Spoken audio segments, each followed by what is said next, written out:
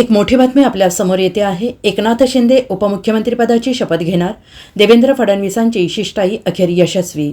महायुती सरकारच्या शपथविधीला अवघे काही तास उरले असताना एकनाथ शिंदे हे उपमुख्यमंत्रीपदाची शपथ घेणार की नाही यावरून निर्माण झालेला सस्पेन्स अखेर संपला आहे।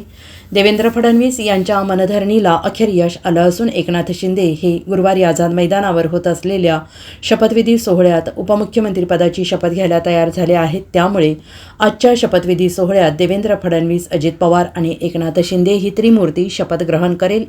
यापैकी देवेंद्र फडणवीस हे मुख्यमंत्री म्हणून शपथ घेतील, अजित पवार आणि एकनाथ शिंदे हे उपमुख्यमंत्रीपदाची शपथ ग्रहण करतील।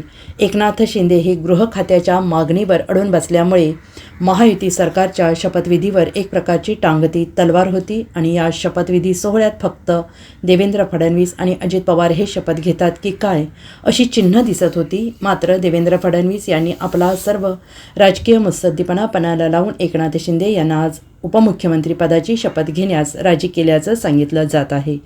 एकनाथ शिंदे हे गृहमंत्री पदाबाबत निर्णय झाल्याशिवाय मंत्रिमंडळात सहभागी व्हायला तयार नव्हते।